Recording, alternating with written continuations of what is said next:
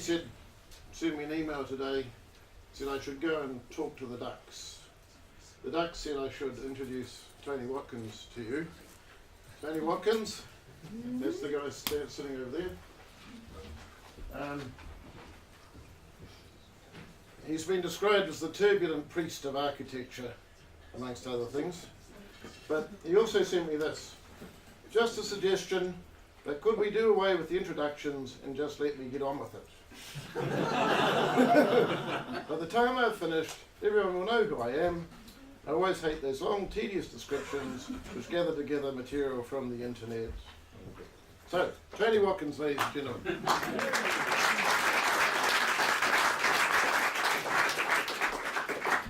Now, Phil, I've got to say welcome, because there are all kinds of friends out here among you. It's not as though we're in strangers. So often I'm in the strange world of building inspectors, but tonight I'm among people who have either done my green architecture course or my vernacular course at the university or various other things. So all of my friends here, welcome, and those I haven't met yet, my new friends.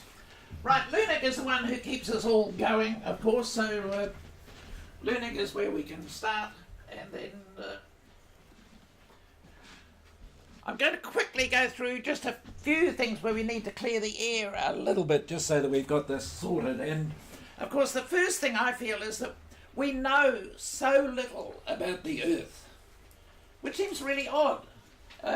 This is actually a quote from the book on The Secret Life of Trees, but we know more about the surface of the moon than we know about the Earth. I'm not going to pursue that one, except it has huge implications, I think, because one of the things we should be asking for as Earth builders is more research, serious research, on the Earth. And by that I mean, if we're talking about 1080, we have what I think is really loose research about 1080, but we don't know about the microbes, the bugs, the fungi, all of those things. So we get Kawai dieback, and we don't really know. We talk about pathogens, we have all the jargon, but when we actually come down to this amazing little clod, which has taken maybe 1 million years to form, and it's only that much of the Earth. The Earth is truly amazing. So what we need to do before we start on anything really is to get to know the Earth. So then the next thing we've got to do is look a little bit, I think, at ourselves, because what most people are doing at the moment, to my mind, is they're really on a package tour through life. In other words, they've bought the ticket, they've got the mortgage, they've done the deal, and they know that somebody else is going to deliver. And all they have to do is pick up the chit in the morning to see what time they've got to be, wherever they've got to be, and the government or the council or somebody else will tell them. Don't. Oh, I see. Yeah, okay, we go back one. Oh, no. No, that'll do. So the thing is, are we actually cruising through life on one of those cruise ships, or are we going to take control? This is a fundamental question, and the way I might put it is that we're really experts in the realm of what we might call the epic struggle between good and evil. It's clear cut, and the main reason I think it's clear cut is because we're the good people. That makes it pretty easy. And because we're the good people, we love the films about the struggle between good and evil, because we're the winners. Well, you can't go wrong, really. So, and not only that, but the guy always gets the girl, which makes it even better. So if it's the general, then there he is, and we follow through the train with Buster Keaton and everything else. But the triumph, of course, is that we win. And so we walk out of the Civic saying, this is terrific, I know all about life. The snag of the other epic struggle, I think, is that it's between empowering people and disempowering people. And we're much quieter about that one. The reason we're much quieter is because being empowered comes with a whole lot of responsibility. It comes with all kinds of things that we need to take courage for. Anybody who figures going through life and taking responsibility for your life is going to have an easy ride hasn't tried it. But the option of having somebody else who takes the power and promises you something, the council will deliver, the government will deliver. Forget about it. They won't deliver. Now go back one. So, my first thing about architecture I would say is forget about style. In other words, forget about the language. Because what we've got is one of the most encouraging lectures I've ever been to was by New Zealand's leading nutritionist. It was absolutely fantastic. If you can imagine a whole hall full, the hushed silence, the expectations, and this woman stood up, and we were all poised in our seats waiting for an hour's lecture. And she said, if it's got a label on it, don't eat it. And she sat down. Everybody was kind of left gasping. We were all kind of sitting back in our seats. But of course, when there was this audience reaction, we encouraged her to stand up and please say something, like all these people have come vast distances. And she said, that's really all you need to know. And then she pulled out a few packets of supermarket shelves and went through what was on the labels. And really, none of us have ever looked at it. And when you looked at the labels, she was absolutely right. If it's got a label on it, don't eat it. Now, I would take that through into architecture and say, if it's got a label on it, don't live in it. What I mean by that is we've got all this huge debate over whether you have a Tuscan villa or something like this. And people are really worrying. They always come to architects and they say, no, I think I should have that style or that style. If you're talking style, don't build it. The environmental cost is too high.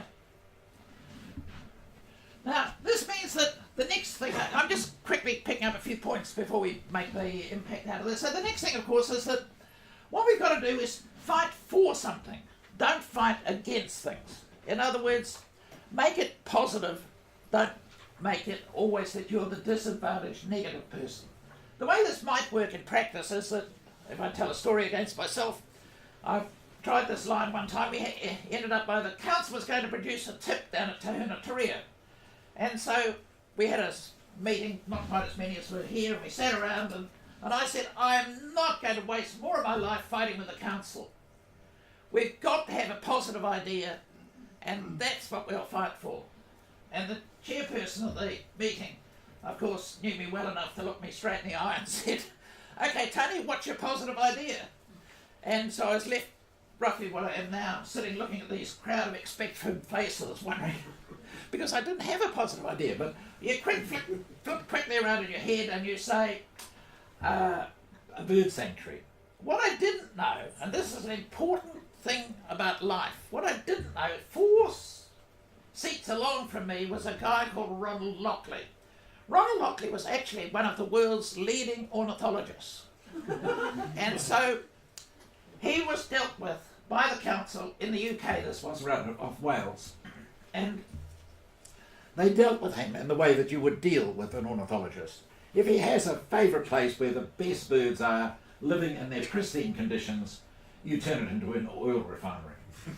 And so when it was an oil refinery, he said, I want to get as far away from here as I possibly can, jumps on a plane, and he ended up sitting 4 seats along from me. You can see how the whole game changed. Because up until then, we were fighting against the council. Suddenly, the council was fighting against us. And we had all the cards. We knew where the Godwits were. We knew when they left, when they arrived. We knew where all the cormorants were. We knew everything about the area. The council didn't have a chance. We now have one, well, if I go back a few years, it was the first bird sanctuary within the confines of a major city in the world. So it wasn't an easy thing to win, but we won it because we were very clear about what we wanted. not what we wanted to stop. Because one of the problems of stopping things is that when you've stopped them, you've got nowhere. You're just back at scratch again. So be positive, work out what you're fighting for, don't just oppose it. Now, what are we fighting for? Well, we're fighting for the earth. And that's why earth building, I see EBANZ as much more than just a few mud bricks or whatever it may be. I see it as the earth, the planet. We're fighting for the earth because if you looked at the IPCC report last week, that's the Intergovernmental Panel on Climate Change, then you'd be absolutely shocked. We don't have long at all. We certainly don't have another 50 years, and I can say, well, that's okay, I don't have another 50 years, but I can then be consoled by saying nobody else has it either. And so I don't want to make a big thing of that, but it's important to remember that we're fighting for something, not against something. That changes the game. So the good news is that the bad news can be good news. So this is actually a thatched roof. Now, if you're into leaky buildings and all those things, you might say, I don't really want that amount of moss on my thatched roof, but oh, wouldn't you die for a thatched roof like that? I mean, even if it leaked, wouldn't you? I mean, if that thing was leaking, you wouldn't take it off, would you? You just go outside, put a tent up, and spend your time looking at your roof. Because we just have to get our priorities right. And so once we get our priorities right, then we say, it's other people, like the building inspector would say, gee, that's bad news. When I look at that, as far as I'm concerned, that is good news. Now, this means that what we're living in is not just bad news and good news, but we're actually living in a time of fake news. This is a central issue we've got to be really clear about. And by fake news, what I mean is almost everything you get now is marketing. In other words, it's all about trying to convince somebody else about something that really isn't true anyway. If the council sends me another one of those brochures with some smiling model they've hired with flashing teeth, smiling, I mean, I'm just going to go out and do something really unforgivable. But this is what we're in. And you take the newspaper, it's full of phony news. Nobody's interested in giving you information. They're interested in selling newspapers. And that gets us off into a fairly tricky world, because it really means that if we come to something like, here's what architects love, this is the metabolist world. And you might say, well, what's metabolism? Well, you really don't need to know a lot about it. All you need to do is look at the slide, say, no, I don't think I'll have one of those, thanks. But architects, of course, our magazines are full of this kind of thing. And it really is fake news, for reasons we'll come back to and have a look at in a second. Because what we've got today is people are typically disempowered by fake architecture and also by fake planning and by fake urban design. Sorry folks, that's the way it is. And what we've got to do, I mean EBANZ has got to do, is make it really clear that this is actually fake stuff. You've got a whole skyscraper full of what? Full of people doing nothing.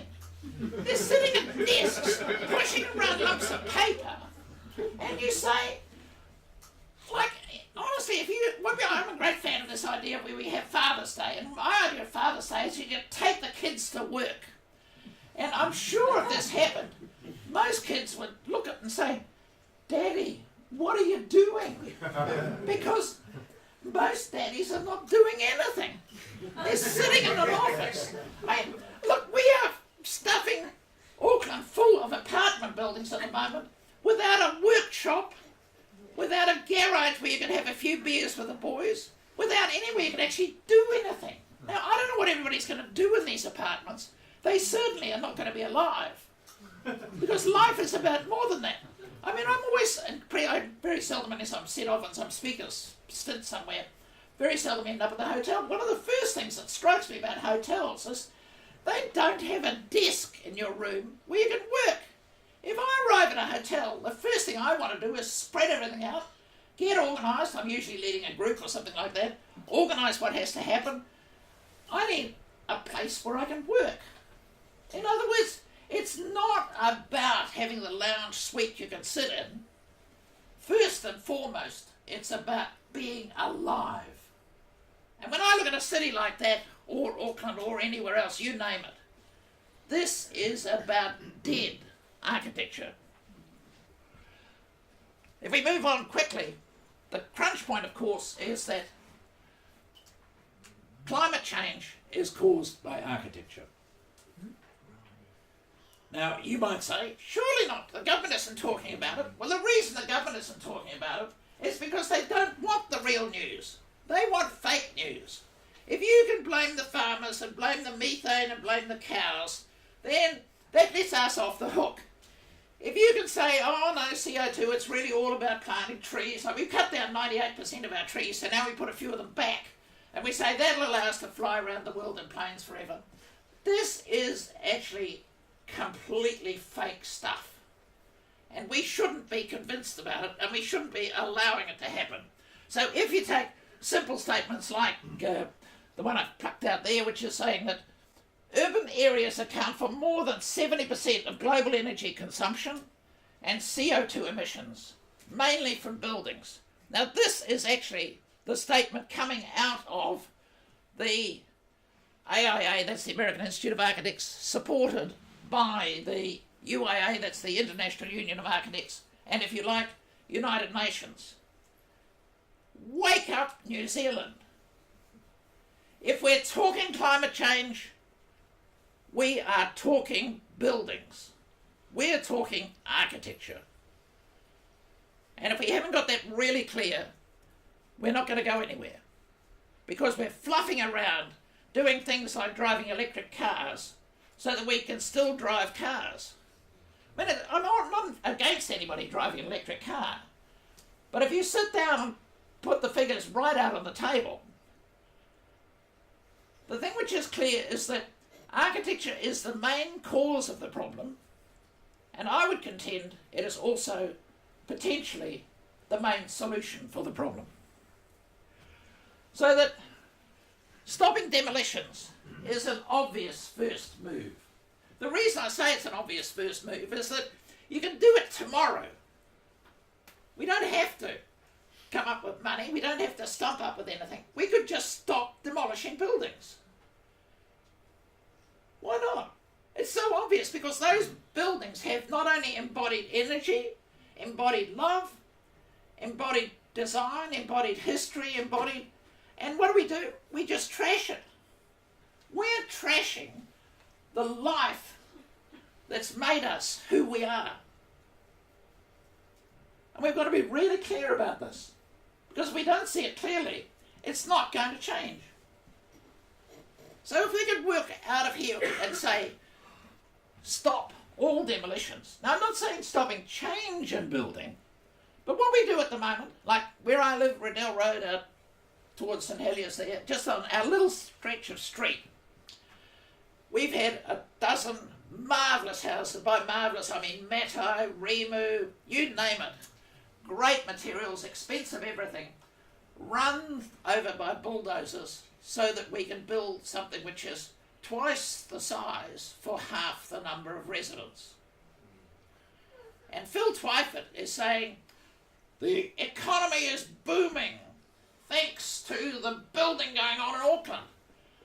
Well, drivel. The planet is falling to bits thanks to the building going on in Auckland.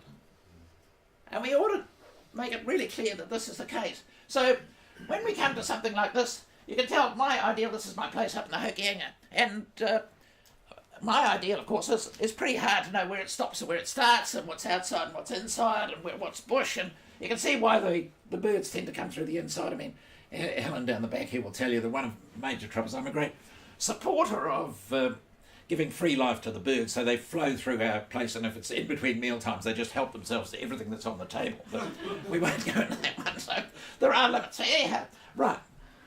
So when we come to the first move, therefore, is to clarify our way of seeing. So if we talk about how we see things, then my contention on this is just a little sketch of what any of you would, I'm sure, have fallen in love with. And if you haven't fallen in love with this, go and spend some time on a marae. So when the speeches get really boring and you look through that little slot window at the hillside outside, you'll fall in love with the gorse out there because there's nothing much else to fall in love with. And so when you fall in love with the gorse and then you fall in love with the manaka, and then you start to see New Zealand for what it is. And I can tell this is by Di Smallfield, but there's a person who understands manaka. Look at that. Tall, taut, west wind, sweeping in. There's a person who understands the ridgeline of New Zealand. Look at it. This can be really it. I mean, I had this experience last week. I took a girl from America up to my place in the Hokianga. And I said, we have a visitor's book up here. It's an hour's walk, by the way, to get up to where the house is. So I said, we don't get a lot of visitors, but we do have a visitor's book. Put something in it. And she pulled out her watercolours and she did a sketch of the skyline. And I was just absolutely awestruck. She had seen that the hills in the Hokianga are not like the hills anywhere else in the world. And she got it. I could have given her a huge hug. I didn't feel it was quite appropriate, but well, I think she knew that was the way I felt about it. So what we've got to do is actually, therefore, change our way of seeing. And the important thing about that is it costs nothing to do that. So if we take, what are we going to do? So much for theory. You know all the theory, so you don't need me to go through. But I thought it was important to clarify a few of those things because unless you've got that as a baseline, how are we going to build?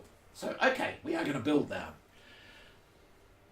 The significance of this particular image is, of course, that it changed our whole way of seeing the planet. Up until we had those views of our world, it was pretty simple. If we put it in the terms of poetry, you could expand the world simply by sailing in a new direction. Wow, I love it. But, I'm sorry, that's over.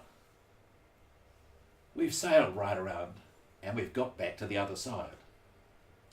The significance of this in a way, and that's why my mate Stuart Brand, if any of you remember Stuart from across in San Francisco, wanted that on the cover of the first Whole Earth catalogue.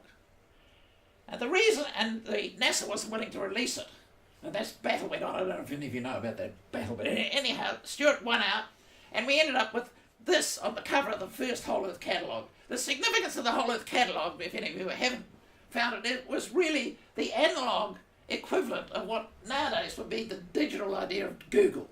In other words, you went to the Whole Earth catalogue and there was everything you needed to know.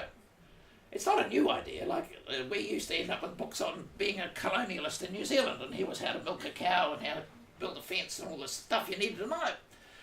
But what we end up with is the Whole Earth catalogue was about seeing the possibility for a new way of life. Now, I would contend that we're still very much in that era. It's barely begun. So, I'm going to give you a series of what I think we should have in that action plan. First up, embrace kaitiakitanga. What is kaitiakitanga? Kaitiakitanga sees us as being part of the world. It's exactly the opposite of the anthropocentric view, which sees us as the people who control and manage the world. You can tell what my pet hates are. I don't need to explain this. Those of you know them anyway. But pet hate one might be something like, what's the role of the Department of Conservation? You wouldn't believe it. It is to manage the natural environment. You are joking. Is this a god we've got running the Department of Conservation? And if you said to any child you're going to go out and run nature, they would say, no, I'm not. I'm going to go down and dive in the tide and have a swim. And so, I mean, the way it works for me is that I managed to get kaitiakitanga into the Resource Management Act. And you'll find it there if you don't believe it's there. And this is kind of useful because it gives people like you ammunition, because there's a whole lot of stuff in our legislation which people are not aware of. And you need to know a little bit about the background of this, so that the night before the RMA, this is in 1991, went into law, I was still around the table with the politicians hammering away saying, you've got to have kaitiakitanga in there because it's not the same as guardianship. Guardianship is an anthropocentric term. Kaitiakitanga is about seeing the Holocene world. We got it in. 10 o'clock the next night, when the RMA was passed, my word was there. And at that stage, you light the candles, you open up the champagne, you get out a copy of the Act, and you look at the definitions.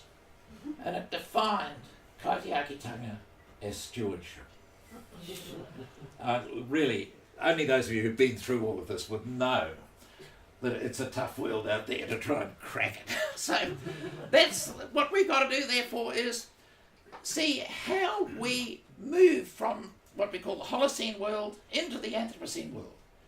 And by the, let's flick through another one. So if you like, what we've got is this idea that, and we've just had a protest about this not very long ago, really. This is, there's Graham there, Graham's there, grab the end of that, Graham, that'll do.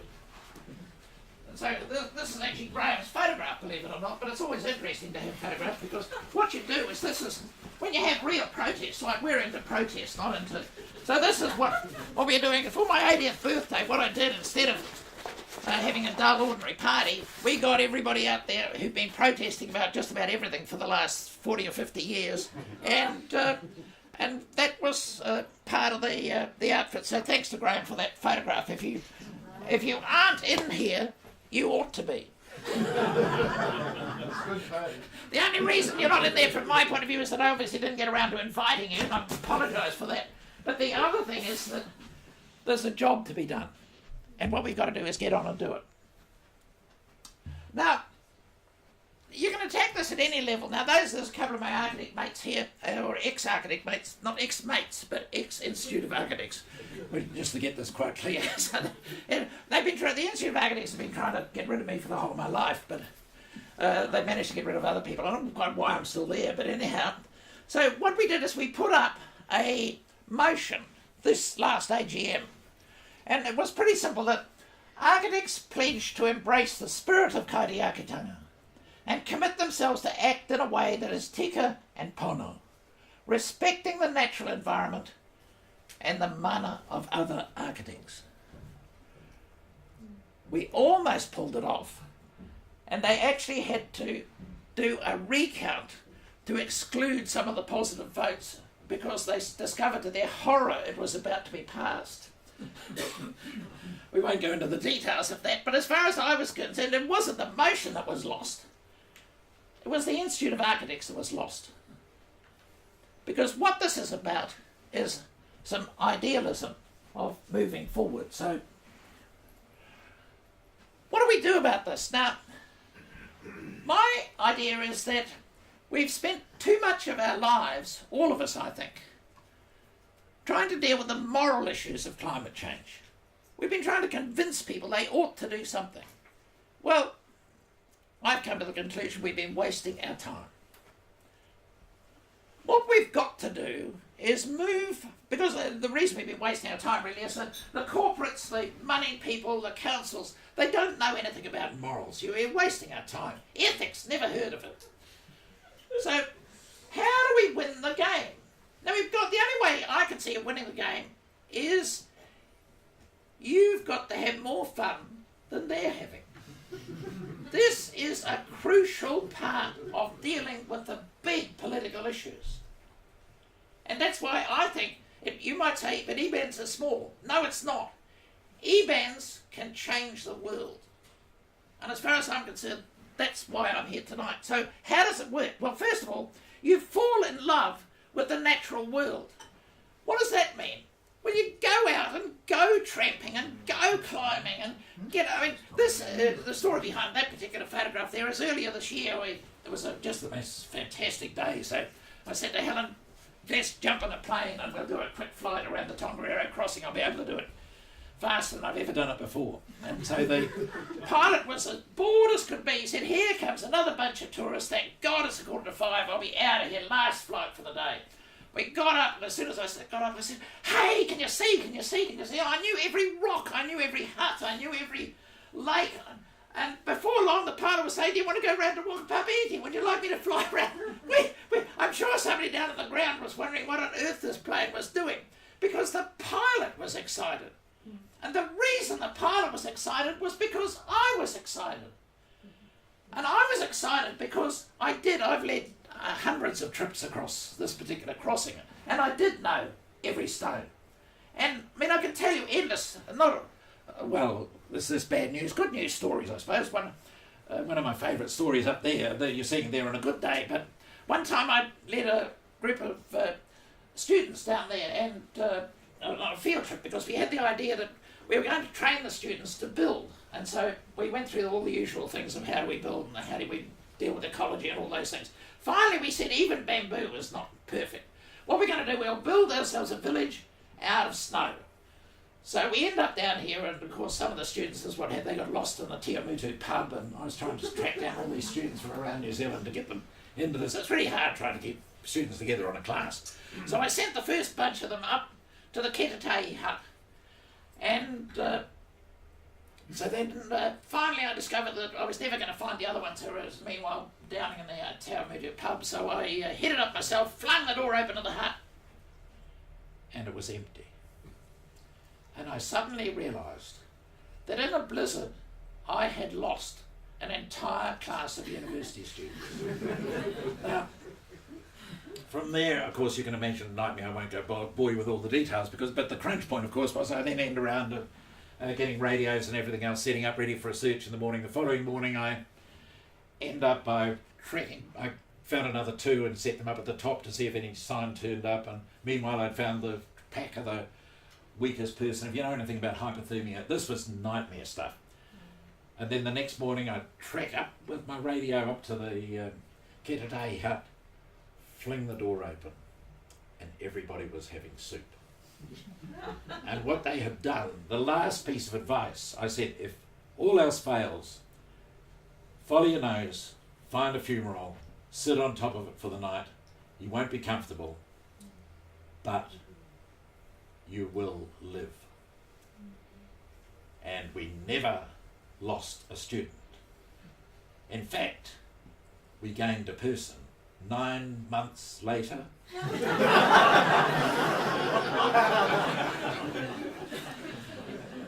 Don't tell the Vice Chancellor, by the way. These are the stories you can't tell. But what I mean by this is, if you're going to grab hold of the world, you've got to actually go out and get your feet wet. So this means have fun saving the planet. Have more fun than the people who are screwing it up. This is what the game is. We've got to declare this as the game. So that's my whole thing about kaitiakitanga. It will allow you to engage the natural world. And you'll be filled with delight, you'll be filled with joy. Occasionally, I'd have to be honest, you will be cold and freezing and all those other things, but I mean, you can't have it all. Now, the second thing in my action plan would be we need to move from head to heart. What I mean by that is that we now assume everything is about an intellectual debate. And in fact, loving life is a heart affair. It's not a head affair. So this means that what you've got to do is, if you've got a building like this, Morris Smith's place, one of New Zealand's best architects, but you can see how it doesn't exactly follow the rules. Or you might say, what rules? But what he's about, of course, if you're looking at that, what do you feel? You feel passion. You feel love. You feel commitment. You might also feel wet, but then you can't have everything. And so what I'm saying is that it's not a head affair. If you sit down to do drawings for that, Well, you just don't do drawings for that. If you're going to build that, you get on with it. You end up down at the local place which is being demolished and grab the joinery and grab the timber and grab whatever is there, and that determines what you build. And that is real building. None of this phony control stuff. It's about weaving your way through the pattern of life. And so, what I'm saying is that heart architecture is very different from head architecture.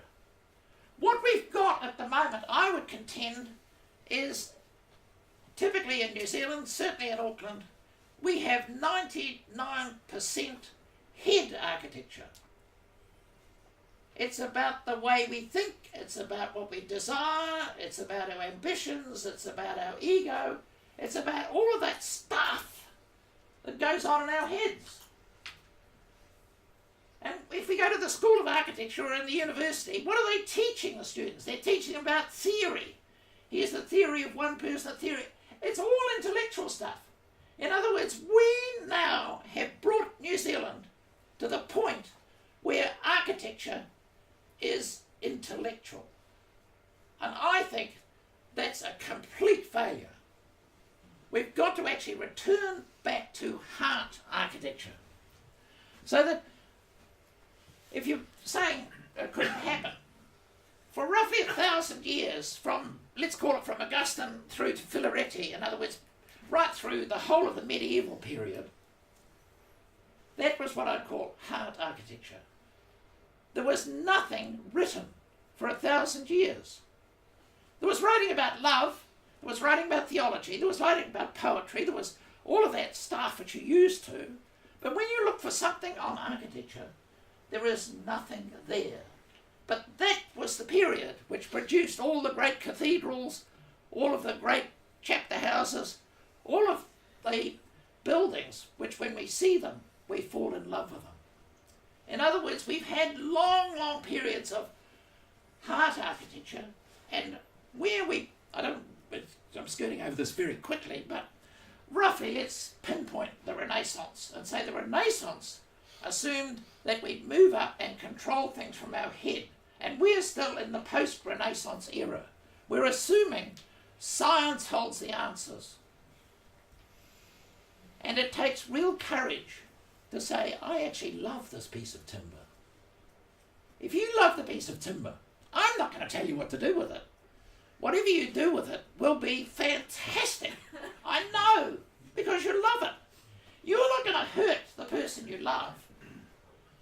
In other words, we've got our whole priorities wrong. So my action plan is to shift into this. And the way, I don't want to introduce too obscure things, but one of the things we might say is that there are no Mrs. Browns in Utopia. What I mean by this is if you go to Virginia Woolf and you look at the little piece which that's a reference from, it's the story of a train journey. And on it there is the businessman who is totally well organised, has his affairs in order, and there is Mrs. Brown. Mrs. Brown doing her knitting, and she's not quite sure about the grandchildren, and she doesn't know how the cough's going, and she can't remember which one was where, and so it's this thing about we put up utopias, and there is no room in the utopias for Mrs. Brown. What I mean by that is there's no room for all of you, because all of you are really the oddest people of collection I've ever come across. You're just amazing. You're so odd. You're so unusual. You're so unlike each other. Get used to it. Celebrate it. Because you are the Mrs. Browns of this world. And you're the people who don't, therefore, fit into utopias. And what I mean by that, if you like, is that how do we solve it? Well, you have fun building. Now, I presume you all know the man over the far corner there who's trying to introduce me. That's anyhow where the ducks would be if the ducks were getting across.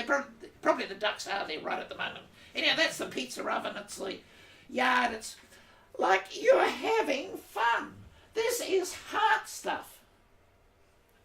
It's not head stuff. And that's what really makes the difference, because if we're saving the planet and we're doing it through having love, through having hard stuff. All of a sudden you can see how, instead of fighting all the time, instead of being the disadvantaged person all the time, you are actually going to be ahead of the corporates. They won't know what's hit them if you deal with this. Like if we changed the university so they only talked about heart architecture and didn't talk about head architecture, we could change the world. Well, right at the moment, we need to change the world. So, what do? Well, my contention is, don't get fussed over them. I mean, every person issuing with a permit wants you to know where you're going to be in 50 years' time. And I've got no idea where I'm going to be tomorrow. In fact, I haven't got as far as tonight yet. I'm sorry. All I know at the moment is this is the real world in which I'm standing up here. But other than that, there's no telling what tomorrow might bring. And that's fine. That's the sort of... So what do? You knock up something like that. The plus of this, of course, is that if it doesn't work, if the cows don't like it, well, just knock it down and do something else. Or reorganise it or shift it. If the sun doesn't work because that wasn't right for the angle, well, just move it. You don't have to worry about it. You don't have to think about it. Just get out there, find what you've got, build something, and when the cow gets underneath because the sun's hot, you say, that's climate change. What I'm doing. Now, this is actually, this is serious stuff. Because one of my mates in Israel, for example, was given the brief by the Israeli government to try and reduce the cost of air conditioning in the whole of Israel. And what he did, of course, was virtually that on top of the houses. Because as soon as there was that airspace over the roof, suddenly that ventilated, and every house in Israel could turn off their air conditioning because they were air conditioned by this. But of course the plus, which the government hadn't thought of, they thought a real packet for the economy. As soon as people discovered how it worked, they did it for themselves. All they needed was 4 posts and a bit of brush, and they could cut out their electricity bill. Well, wouldn't you? The plus of this is that no. But I mean, if you go into photovoltaics, I'm all for photovoltaics, don't misunderstand. But if you get into photovoltaics, the problem is the battery, and then it's the weight of the battery. And you live where I am in the Hokiara, and you've got an hour walk with a 6-volt battery deep cell that I can barely lift. Forget about how easy photovoltaics are. You can't get a battery near the place. I mean, it just doesn't work. And so the plus of this is that you don't have to think. Just get out in the afternoon, do something, look at the cow's face and see if it's smiling. If the cow's happy, you say, nice one. I can do one for myself tomorrow. Then we come to the third part of my action plan. This is simply to distribute power. It's really what we were talking about before at some length. So what do we mean by distribute power? Well, first up, you've got to decide that we're into community. We're talking about whānau. This is one of the great strengths of New Zealand. What you do when you're trying to win a campaign, build on your strengths. And whānau, which we just rips off our tongues, we don't even think about it. But whānau is an incredibly important idea. Whānau means that I'm not healthy unless the whole whānau is healthy.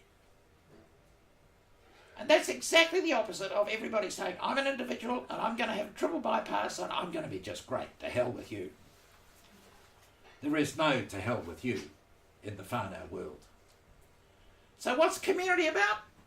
Community isn't about getting everybody to blow the trumpet. Community is about having one guy on the trumpet and the guitar and the drums. And it's about jamming. It's not about controlling and fixing these people. It's about having these individuals who support each other, who interact with each other, and who therefore do absolutely amazing things. So this is the letterboxes down at Karakame, and what I love about this series of letterboxes is that everybody did their own.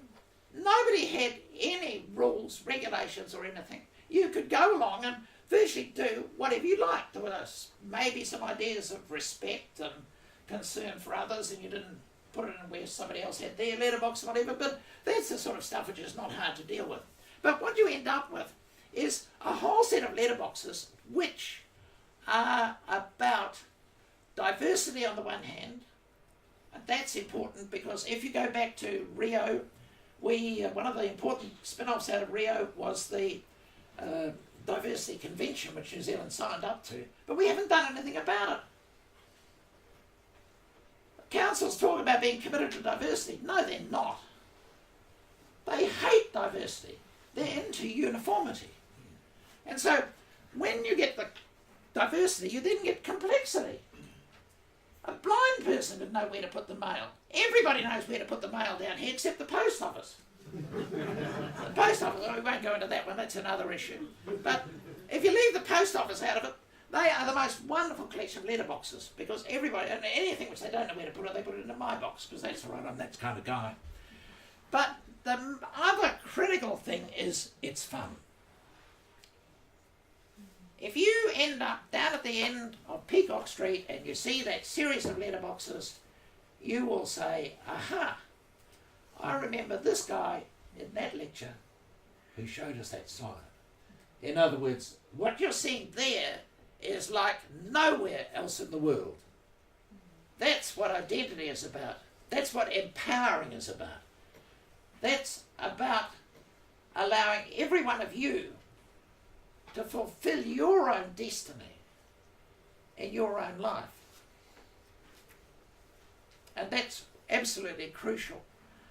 And so we deal with a lot of these things up at the international level, like a lot of the stuff I've been doing is with United Nations and the like, and so you end up with, we pass the documentation about diversity, but diversity comes right down until it rattles into you sitting here. And it's about each one of you being asked, who am I? What is my potential? Who am I going to be? It's not about having rules or regulations. And so the key thing out of that, of course, which is crucial, is you can't buy the music which comes out of the band, but you can't buy love. What we're talking about there is, it's one of the most beautiful pots in, certainly the most beautiful pot that Margaret Milne has ever made. Why is it such a beautiful pot? Well, again, I don't want to go on here, we have endless stories, but this one is always, they're always quite interesting. And so this particular one is, Margaret turns up at my doorstep and says, hey Tony, can you present evidence in this case? I said, oh look Margaret, I'm too busy at the moment, can't do it. Can you find somebody else? And I said, when's the case anyway? And she said, Tuesday. And I said, you mean next Tuesday? This is Friday. I said, you're not going to get anybody to give evidence between now and Tuesday. So that meant, you know, who did the evidence. Well, anyhow, won the case. And having won the case, she then said, how much? And I said, look, forget it.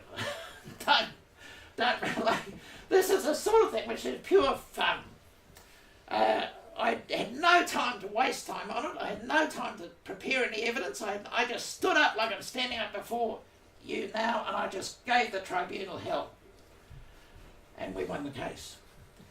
But then 2 months later, I arrived home one night, and in the dusk, I could see something sitting in the middle of my house. At that stage, I never shut the door, so I don't think we had doors actually, so you walk in the dusk, and here was something which I'm sure wasn't there when I left in the morning. And I walked closer and closer, and I thought, it's knee cap harms. And finally I had to go right up to it, and I tapped it, and it was a pot. And it was that pot, and it was that pot saying, thank you for winning the case. In other words, pure love added to all her skill, her knowledge, her experience, everything else. But the extra ingredient made the pot. Now, the stories go on endlessly. So this is Koko up in the Hokianga, and there's a whole lot of situations about that. But the one I thought it's worthwhile talking about is that the idea, which have been used to some people, but then none of them are here tonight, so it's okay, that institutions like councils and the like should be setting people free. It's not about passing rules and regulations and limiting your life. Council should be enabling you to be a fuller, better, more wonderful person.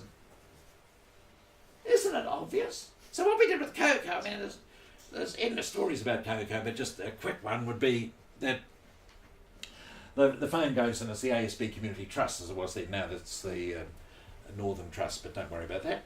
And they said, look, this guy's rung up from Rawene and he wants, he sent an application from Rawene and he wants $2,000 for the library. And they said, if he was from Auckland, he'd have asked for $2 million.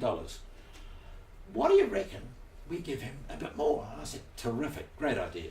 So we sent the guy a cheque for $22,000. And of course, the 9 o'clock Monday morning phone goes, oh, look, you made a terrible mistake. I only asked for $2,000. We said, not a mistake, we've given you $22,000. He's from Rowan. He said, I've never seen that much money in my life. What'll I do with it? I said, okay, I'll come up and tell you how to run a library. So we had more fun with the ASB Trust over this Rowan library than ever before. The next year they got onto me and they said, look, that was so funny. Let's give this guy $44,000 and see what he'll do. I said, I can tell you what he'll do. He'll have a heart attack. I said, better give me the cheque and I'll see what else I can do. So I shove a cheque for $44,000 in my pocket and I head up looking for a derelict library. Well, I found a derelict library in Coco. And this is where you run into this thing of, and so you sit down, this is how you do your research. Research in Coco consists of spending the day in the hamburger joint. And you talk to everybody who comes into the hamburger joint, you eat endless hamburgers and you shout a few people hamburgers. By the time you're finished, you've got a PhD. Well, sort of. And better than most PhDs. And then, of course, they said, right, we're going to have a meeting now to see about kicking a library into activity. And so 126 people turned up. Well, it was actually more than the population of Coco that turned up. And so then I said, right, we've got to form a committee. So they said, and they went through all the ones, and 26 people on a committee. Can you imagine trying to work with 26 people on a committee? I said, 5 is plenty.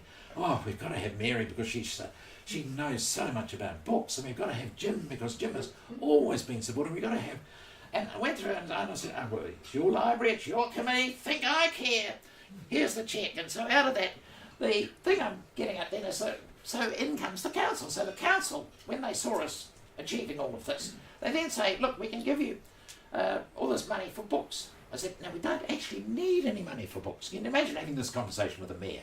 We don't need any money for books because I can get all the money for books I need from the ASB Community Trust. But the ASB Community Trust can't fix the roof because that would be doing the ratepayers out of a deal. It's just the way that it works.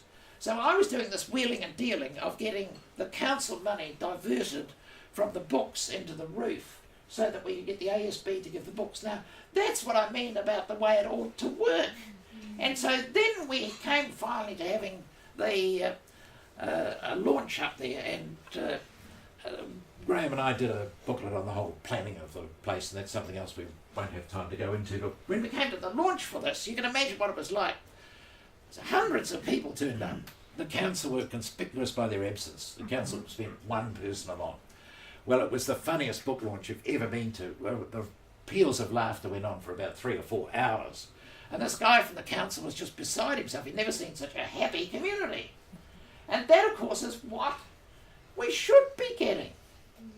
How much laughter do you hear around council offices? I mean, really, and yet you should.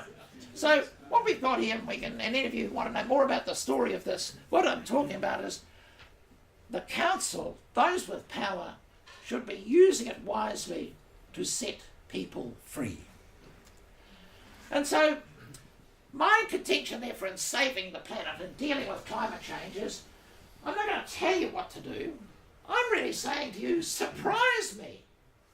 Now, another story, so you'd say, what on earth has this got to do with climate change? It's got everything to do with climate change, because my Piglet died, and so I then needed to get Piglet up the hill to where my house is, and so to bury her, where she's buried up by my Hokianga house. And so I'm sitting there with, I didn't have a tow bar. I finally got Piglet. And Piglet, by the way, is about somewhat longer than that and stands about that high. We're not talking about a little piglet. We're talking about a very serious large white. And so I was at the Treehouse Hostel, and so the Swede was staying there. That's him standing there. And the Swede said, do you reckon I should go with Tony and give him a hand? And they said, oh, if you want an adventure, go with Tony. So the guy said yes. And so we drive wildly out as far as Rungy Point, and then we arrive out at Rungy Point, and I said, that's what we're looking for? There's a Land Rover. Now we just need to find out whose it is, and that'll get us up the hill. And this mystified Swede said, well, how do you find out who owns the Land Rover? I said, oh, we'll just call it the next house. So you call it the next house, this is the gang, and of course, so they say, oh, that's Jimmy's. Jimmy's just been out fishing, but, well, we saw his boat go by. He'll be back at the boat ramp by the time we get back. They just go back. So I drive back and I say, look, can we just borrow your Land Rover? Oh, sure, bro, he said. And the Swede said, that guy didn't ask you even what you wanted it for. And he just said, take the Land Rover. Now, and this Swede, I mean, what an introduction to New Zealand this was. He decided he was going to immigrate here, I think. Just as good as that. And so then what we do is we all jump in the Land Rover and we tear up. Well, if I'd have known Piglet was going to die, I'd have done a little preparatory work, but I didn't know this. So from time to time they'd say, where do we go to from here? I'd just say, straight through the gorse. And so we just go straight through the gorse. Well, I spent the next few weeks picking gorse out of places I didn't believe I had. But so did the Swede.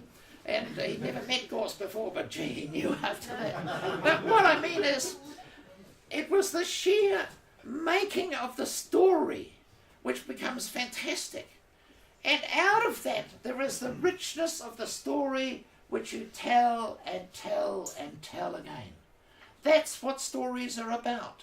That's what the stories of building should be about. All of us should be able to sit down and tell endless stories about our buildings, like I'm telling you about the story here. In other words, if we were having that sort of fun, saving the planet, what an amazing place it would be. Forget about all this, whether it's 2 degrees or 1.5 or Paris agreements or something else, doesn't matter. So if we come to something like that, then what you do is dream up something which nobody else has ever thought of. Now, I know everybody always asks me questions about permits. Now, I don't have any advice about permits. And so this makes me absolutely hopeless, but I can tell you that what I want you to do is upstage a few permit stories that I can share with you. So that the permit for this place was brilliant, because I committed myself to building a house in 24 hours with a bunch of students who didn't even know what a hammer was, which is not a very good start. But the head of department turned up and said, you're not going to do that without a permit. And I said, look, we're only in Aotea, this is right next to the town hall in the middle of Aotea Square. And I said, look, it's going to take the police a week to evict us out of Aotea Square. And we're only aiming to be there for a week, and it'll be great publicity. He didn't agree with me on that.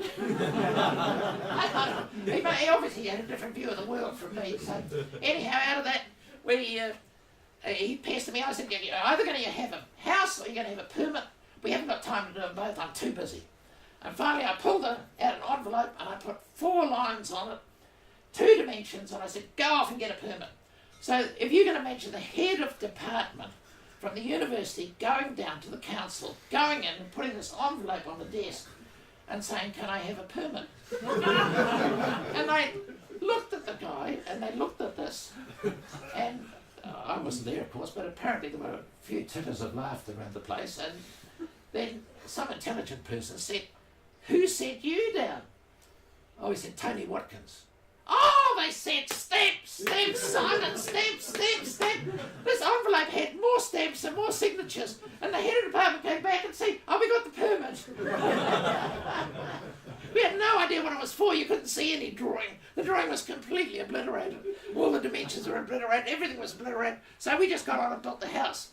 And so that's the stories of permits. But then, I mean, somebody here has done one of my green architecture courses, but before we did green architecture, I used to run a course for, we called it the Minimal Building Institute, and that was for a bunch of women who turned up who said, we've done a course on how to build furniture. now we're wondering if you could tell us how to build a house. I said, oh, you know, I could rather knock up something for that.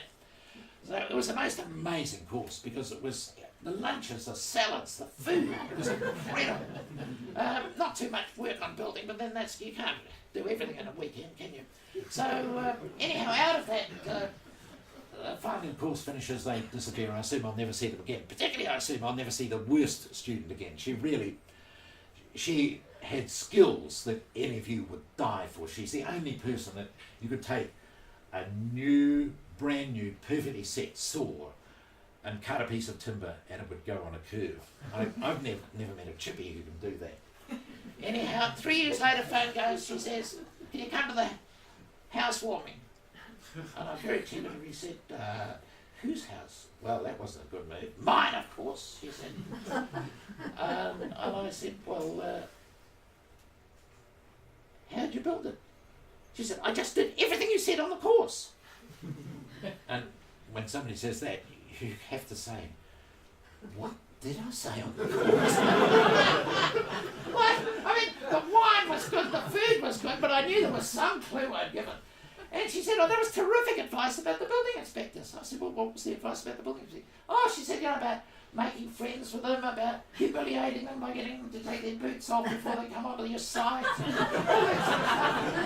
she said, I thought, well, if that's the way it's going to be, then what I better do is I'll invite the building inspector around before I even think about the house. So she invites the building inspector around and provides this fantastic lunch, and then at the end of the lunch she says, couldn't show me how to cut a piece of timber, could you? Because Tony tried and he just couldn't show me how to do it straight. Oh, I said, and those were the days when most of the building inspectors were foremen and the like. So the guy, you know, proudly just cuts a piece of timber.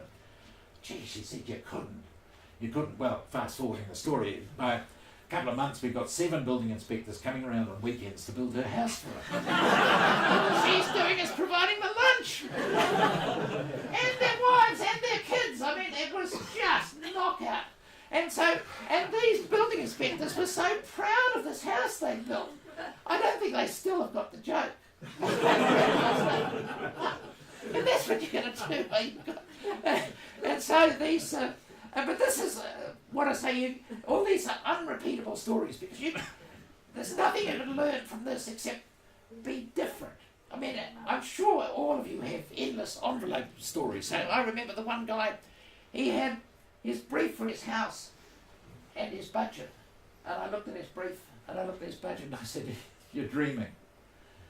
And he said, well, you know, give us some idea of what I could do. So I grabbed the envelope and I put a few lines and I showed him how he could build it so that it came in pieces and spine and various other things. And I said, that's the way you'd go about it.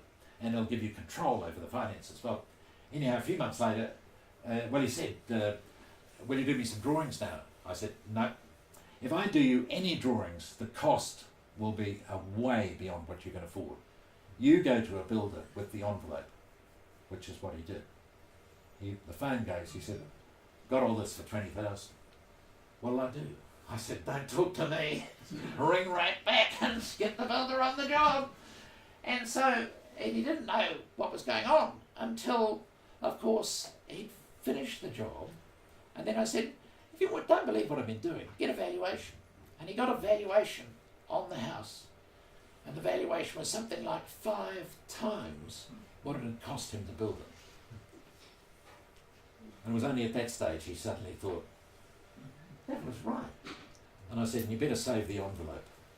Because that envelope saved your life. And so what I mean by this is we can go on endlessly with permitting stories. But none of them are lessons for somebody else to say that's what you ought to do. All they are, all I can do is say, surprise me. Go out and do something I'd never thought of. All of these are cases of people going out and doing something I'd never thought of. And so that's part of it. Now the fourth thing is healing relationships. This would seem to be sort of obvious, but it isn't. It's the big thing which is hanging us up at the moment. What we could do is say that we have come through a period where we have fractured relationships. We can get all, I could talk for the end of the night on something, let's go back, say, the Industrial Revolution. And so what you did is you separated capital from labour. And then we've gone on separating things from each other. Then we get into neoliberalism and we separate just about everything else out. So now we're in a world where nothing is related to anything. And that's our big environmental problem. Because if you're talking about the environmental cost of a house, you've got to start from the dirt in the ground, through to the cost of moving it, through to the cost of whatever you're going to do, through to, right through to living in it, probably right through to whatever else it ends up until finally it decays and you've got no house left. That's the lifespan of the house. And if you don't take the whole package, we're not talking about a house. We're talking about a moment in history disconnected from everything else in history. So what we've got to do, therefore, is start and heal relationships. Now, this happens to be Rick Leplastrier's house, and Rick is really great like that because and this is the deal. You can't tell where house stops or starts or Taringa Chase stops or anything else. It just... so then we come to healing our relationship with the land, which takes us right back to my very first statement about how we've got to understand the soil. So this is Te Kuiti Turu, the Ngāti Pao Waka, which, and that again is just another story, because what happened was, come 1990 at the anniversary of the signing of the Treaty of Waitangi, and the Treaty of Waitangi was actually signed on my doorstep, and so we had the bright idea of inviting Ngāti Whātua around, and we'd have a hangi and they would all paddle home and that'd be great. And so, as we got closer to this, of course, they started saying, oh, the weather might not be so good, we might not have enough warriors. And I said to the locals, this is the Maori way of saying we're not coming. So I said, now what I've got to do is find out why they're not coming. Well, the why they're not coming, of course, was because Ngāti Whātua didn't sign the treaty in Auckland. And they don't want anybody to know that. Ngāti Pao signed the treaty. So I ended up going down to Kaiawa, the main marae for them, trying to convince them that they ought to run a party at Cracker Bay. Well, we're halfway through that when, of course, the government gave mana whenua to Ngāti Whātua for the Auckland Isthmus. So I had to race down and say, hey, they're stealing your birthright, forget about parties, get off to the Waitangi Tribunal. And the Waitangi Tribunal came down and said, Tony is right. It's actually Ngāti Pao. One of the greatest moments of my life, and this is where I see building as about all of these things. So in that case, one of my great thrills, and I didn't expect it because they said, jump in. So I jumped in and grabbed the paddle. And in that Maori way, they said, no. No paddle. You are the guest of honour. We are going to paddle you on a ceremonial trip up the Tamaki where a wakatau has not been for the last 160 years, and you will be our guest.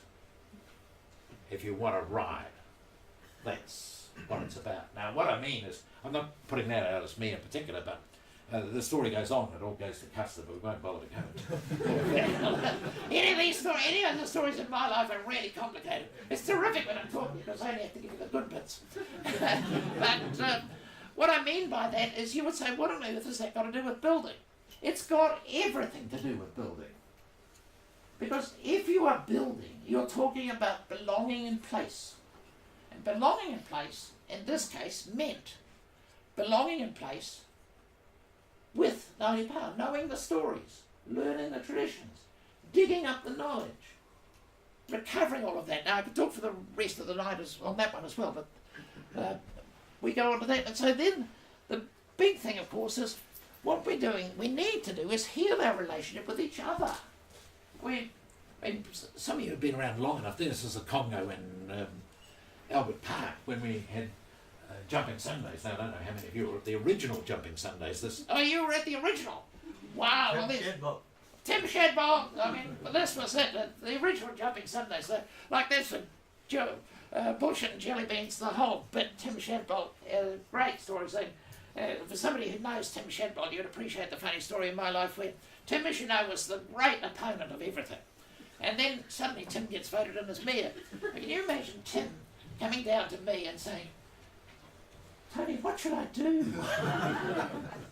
I've always had something to oppose, and now I'm in charge. So that was a funny conversation. But anyhow, what I mean by this is go out, celebrate Jumping Sundays. When people say to me, how do I start building? Well, you start building by having a picnic. Don't start building by beginning to draw. Don't start by picking out some magazines. Don't go to the library. You begin by grabbing a couple of friends and some sandwiches and you go off to your site and you have a picnic. And when it really teems with rain, when you're having the next picnic, well, you put up a couple of sheets of corrugated iron, you get a few bricks and you build a fire. And before you know where you are, you've sort of got a house. But the thing in the middle of all of that is that it's all about recognising that we are all in this together. If we are separated from each other, it's not going to work. Now, this is, again, easy to say, but any of you who've done some building will know that most of the opposition is going to come from your next door neighbour. And my theory is that the next door neighbour is always threatened because they feel what you build will devalue their property. When I was building my place at Cracker Bay, one person put in more than 2,000 objections. Every one of those objections resulted in the council officer having to come round and follow up on the inspection. This was a war of attrition. And I mean, you've got to warn people, but I'm sure all of you have been there, done that. I don't need to tell any of you because you're all whizzos at it. So here we are celebrating life, and that's what we've just been showing you there. So again, it's this thing, don't just have a party, have a protest. And then, I mean, what amused me about that is that it actually ended up by getting in the media, believe it or not. The Sunday Star Times ran this article saying the best party in the last year that I went to was this protest party. And that's the way you get out there into the media. So you've got to make friends with the media, or otherwise you don't get there. Now the fifth thing, and we're finally getting there, is slow down. Which raises the question, of course, of why are we speeding up? We're speeding up because money is made out of exchange. If you like, the faster money turns around, the more money is made. The faster trade turns around, the more money is made. The people making money have a vested interest in everything happening fast. The faster it goes, the richer the super rich get. I can explain all that at great length if you want me to later on, but the key thing to remember is that it's not just about all the fashionable things of getting in the fast lane and all that sort of process. It's really about how society at the moment is committed to going fast. And I would say, if you're going to save the planet, we've got to slow down. And then by slow down, I mean enjoy the blossoms. I mean, we all know sort of stop and smell the roses and all that sort of thing, but what we're doing at the moment down at GI, we're running a bulldozer through all of this. What we should be doing is you take, like the last 3 days, you just take time off and you sit there looking at the blossom. And then you notice all the bees. And then you notice and notice and notice, and then a carrier came and sat alongside me yesterday. Tui's come and bath on my deck. And when you're there, you're thinking, what else do I need in life? I don't need all the fashionable whatever it may be. If I slow down enough to love what's around me, then I've already got a building. The lesson of this is actually in nature, because nature is timeless continuity. And what I mean by that is that nobody will notice anything move there. You actually almost need to take a photograph, a month later take a photograph, a month later take a photograph, and then you sit back and you have a look at them and you're saying, hey, that was changing all the time. Nothing old, nothing new. Just timeless continuity. That's what our built environment should be. We should never have such a thing as a new house. A new house is a completely alien idea. The house should grow like Graham's pizza oven there or his deck or whatever. It just happens.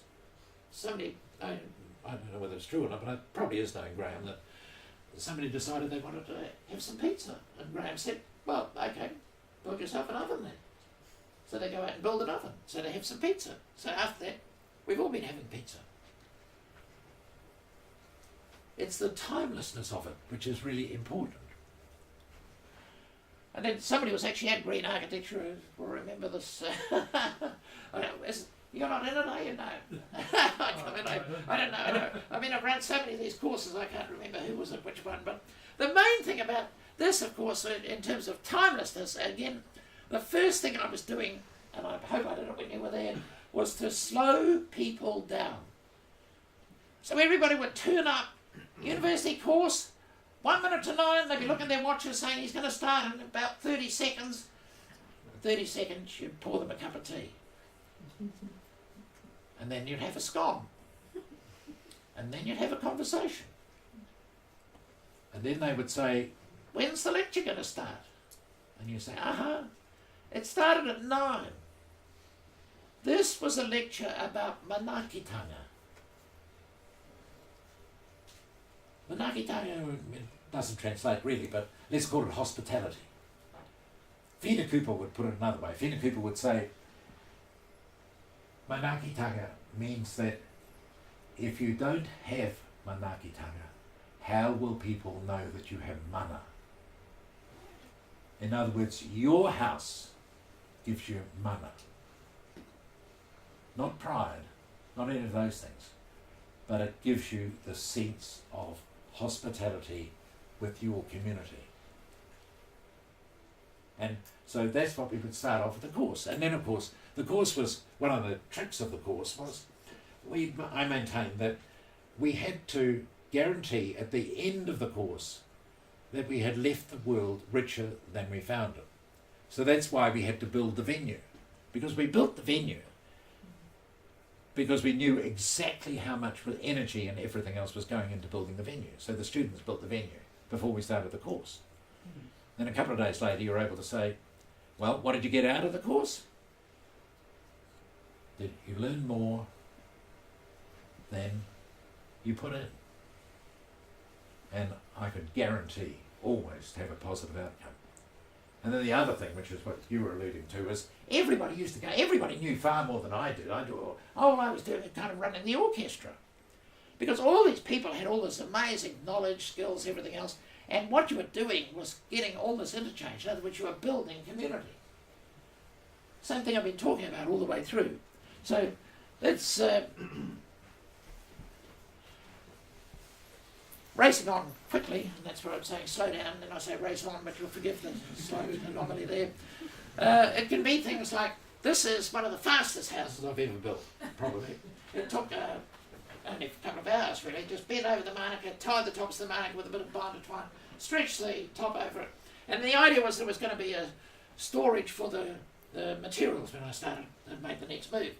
But of course, when you've done that, you shift in underneath and you say, but I've got a house. Like, what else do I need? Well, you stagger on then until it comes to winter and you need a bit more or whatever. But in fact, slowly, this tarpaulin eventually rotted and blew to bits, as they tend to do. By the time it blew to bits, I sort of had a house underneath it. But I didn't intend it. That's another important thing. I didn't intend to build the house there at all. The house was going to be somewhere else. But this place went up and it was so wonderful as a space. So you just sit underneath there and have your coffee and your lunch and everything else, and you decide that houses don't need to be all that complicated. And so it's this thing again of slowing down. So if that's what you've got, then you can do it. So, summing up, a house which is appropriate for our time will embrace the natural world rather than sheltering us from it. In other words, the whole idea of sheltering goes out the window. We replace that with embracing. That's my first part of the action plan. And the second part of the action plan, it'll be handcrafted. There is no substitute for this. It's only when you're getting your hands in the mud that you'll learn about love. You'll be able to relate to things. You'll have those endless stories that begin to come. They come out of actually doing. Again, these endless stories I've already gone into, I'm not quite sure. Anyhow, almost there. So I'll fit in one more story then, which I always think is kind of fun, which you'll mostly relate to. And this is one of the tricks I used to play with my students. Where my main teaching was 7 floors up. And so I used to set the students the task of saying hello to somebody in the lift and having a conversation. And one student managed to get through the whole semester without being able to say hello to someone else in the lift, because it is actually quite a challenge.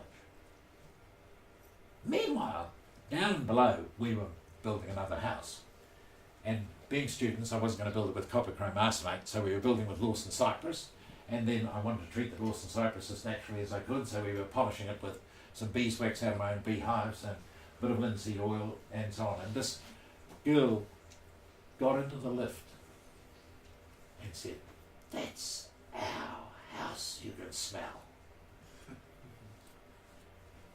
This was a defining moment, because how many of you ask what your house is going to smell like? Odour is incredibly important. You will light incense, you'll put on perfume, you'll have all these scents of fruit or whatever. Your house should be doing all of those things as well. And when the student had got that, as far as I was concerned, she got it. It took a whole semester to get there, and we had to build a whole house before she could smell it. But she smelt it, and she got it, and it wasn't because I'd said anything. She just knew that when she got into that lift, drifting 7 stories up through the entire building was the smell of linseed oil and beeswax and Lawson cypress and all those good things that buildings are about. So it's got to be handcrafted. No alternative to that. And then, of course, it's got to be owner built. Sorry about this to everybody else out there who doesn't believe me, but you all know it's got to be owner built. Anybody who's stupid enough to take out a $600,000 mortgage to move into a Kiwi build house has got to be nuts. What we've got to do, though, is convince Phil Twyford about this. And what I'm working on with Phil Twyford at the moment is I'm trying to get him to... I put the 10 square metre limit into the Building Act, if you're wondering where that came from, and that was the Building Act before the Building Act and last time. I mean, this is classic again in terms of... You probably think you're all disempowered. You're no more disempowered than I am. And when it came to the Building Act, I was fighting to keep the 10 square metres in. And the select committee gave me 2 minutes. And I was followed by Fletchers, and they gave Fletchers an hour. So I had 2 minutes to say, you've got to be able to do 10 square metres without a permit, and Fletchers to say, no, you can't. That was and I said, don't worry, 2 minutes is plenty. And we've got that into the Act anyway. And so you now are allowed to build your 10 square metres. But where do we go to from here? 40 square metres. I am plugging with Phil Twyford that we ought to actually allow all of you to build 40 square metres without a permit. If we can get that, you know we've cracked it. And so what I mean by this is sometimes you think this is all too complicated and it's not going to work. No, it's not. We can crack the government if we work together. Again, endless stories, but if I tell you one which was really quite funny, where I promise this will be the last story, but a woman turns up at my doorstep and said, we've collected $1,000, could you recommend a really good lawyer? And I said, lady, how long is it since you've employed a lawyer? said, well, what are we going to do otherwise? Because we're going to need a lawyer. I said, no, you're not going to need a lawyer. Oh, you're only interested in winning the case, aren't you? And she said, well, yes, we're winning the case. We need a lawyer to win the case. I said, no, you don't. How do we win the case? And I said, muffins. She said, what do you mean? I said, well, you just bring muffins along on Sunday and I'll tell you how to win the case. So she disappeared. She was really in a huff. But anyhow, she cooled down, came back and said, about those muffins, what do we have to do? I said, I want 20 housewives. And she said, well, why 20 housewives? I said, well, they're staying at home, they're super intelligent, they've got huge amounts of skills, they've got time in their hands, and they're going to love beating the government. So for $1 muffins, what do you do? I said, well, all you have to do is just send one letter to one member of parliament. More muffins, 2 letters. More muffins, 3, 4. More muffins, phone call. Very soon, every member of parliament was getting so many phone calls and so many letters that they withdrew the bill and we won the case. And that was done by housewives who thought they had no power and were stuck at home. In other words, what we need to do is recognise, I'm now going right back to the beginning of what I was saying, the most powerful group in the world, as far as I'm concerned, is you. You are here together to save the planet. And you can, is my contention. So it's going to heal relationships, all of them. It's going to heal human relationships, relationships with the land. That's why you build with the earth. It's going to do all of those things. And above all, it's going to take a lifetime to complete. You might say that's bad news, but actually it's good news. Because it means that you move right outside the system. Don't believe this one of you've got to get your completion certificate in 2 years. Yeah. No, well, I mean, you may well laugh. I mean, I've been 50 years and I still haven't got my completion certificate, but I'm going to get it one day. I mean, actually, what you have to do, I think, is you put something in your will saying, after I've died, please go to council and ask if you can get an occupancy certificate and a completion certificate, and then at least you'll have tied up the loose ends. But meanwhile, I want to be free. I want to be me. I don't want somebody else running my life for me. And so, summing all of that up, what I mean is saving the planet is not about morality or any of those things. Saving the planet is about having more fun than anybody else is having, particularly having more fun than all the corporates are having. Forget about Monaco and expensive yachts and all of that. Those people are bored out of their brains. If you're building a house and you're having fun, they're going to be jealous as hell. And if they're all jealous as hell of what you're doing, the planet has a future. It's a ritual activity. It's not about nuts, bolts, any of those things. And it's about as simple as that.